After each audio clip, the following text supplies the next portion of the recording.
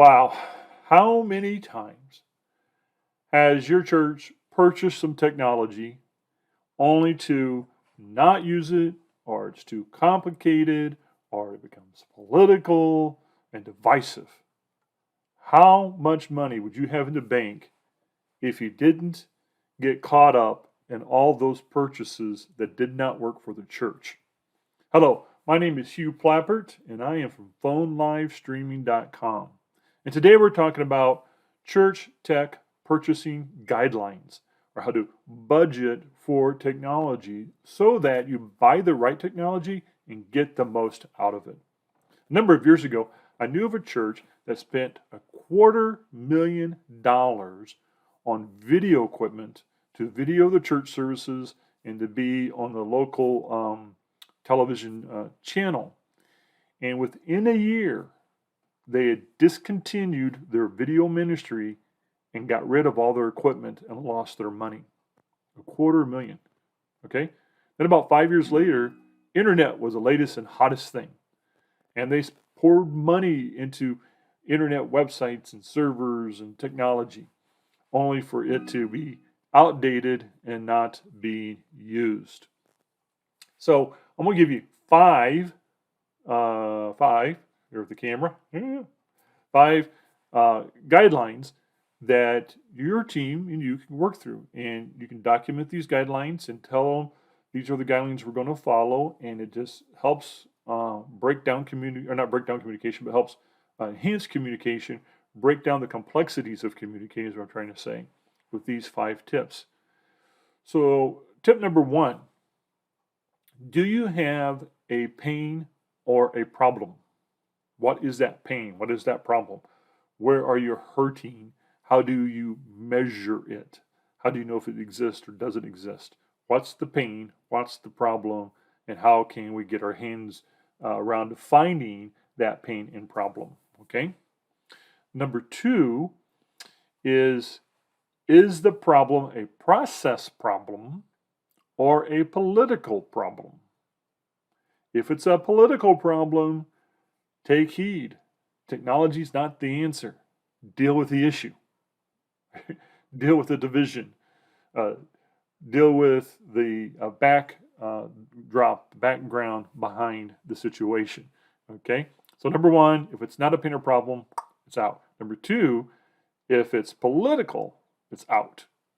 Number 3, what can be accomplished without the technology? I learned this one early in my career. Businesses would call me up and want a computer.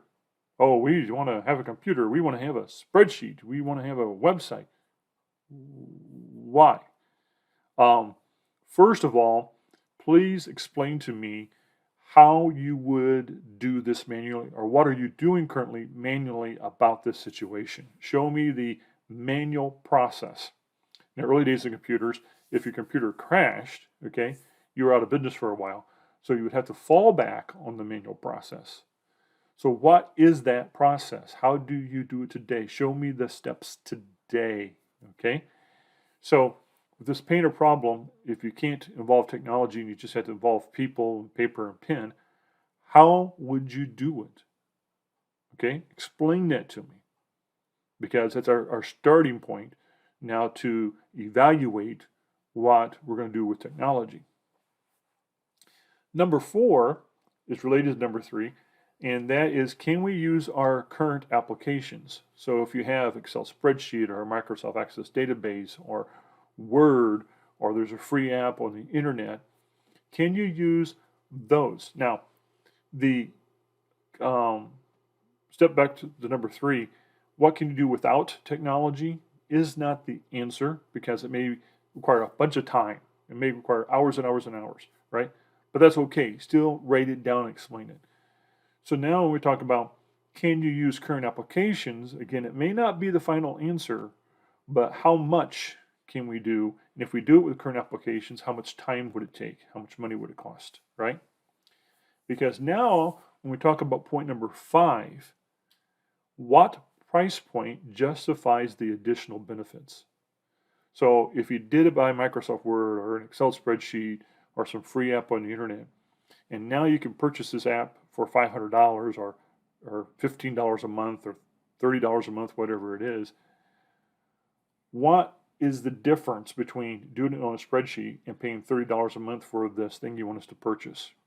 And is that worth $30 a month? So if I do it on a spreadsheet, it takes me 30 minutes. And if I do it with this new app that we're going to pay $30 for, it takes 20 minutes. It's probably not worth the extra 10 minutes to pay $30, right? And that is the price point. The price point's not the original problem versus what the app can do. The price point is what can we do with what we have? How far would that take us? Then the additional benefits, is that worth the money? And so with these 5 points, do you have a pain or a problem? Is the problem a process or political issue? What can be accomplished without technology? Can you use your current applications? And then what is the price point for justifying the additional benefits?